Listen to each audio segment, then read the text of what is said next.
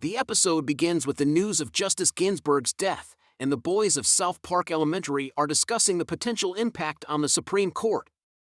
However, their conversation is interrupted by the arrival of President Cartman, who declares himself the new ruler of the country.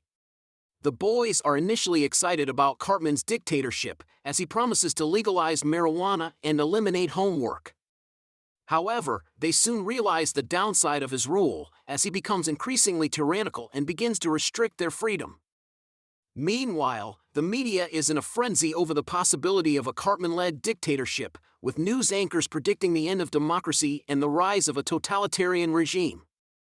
The boys try to ignore the scaremongering, but their parents become increasingly panicked, stockpiling food and building bunkers in anticipation of the worst. As the situation reaches a boiling point, the boys come up with a plan to overthrow Cartman and restore democracy to the country. They recruit their classmates and launch a full-scale rebellion, facing off against Cartman's army of loyalists. In the end, the boys emerge victorious, with Cartman defeated and democracy restored. However, they soon realize that the Supreme Court has become too powerful, as their rulings override the will of the people. The boys are left with a frustrating choice: live under the thumb of an overreaching judiciary or risk another dictatorship by electing a new Cartman.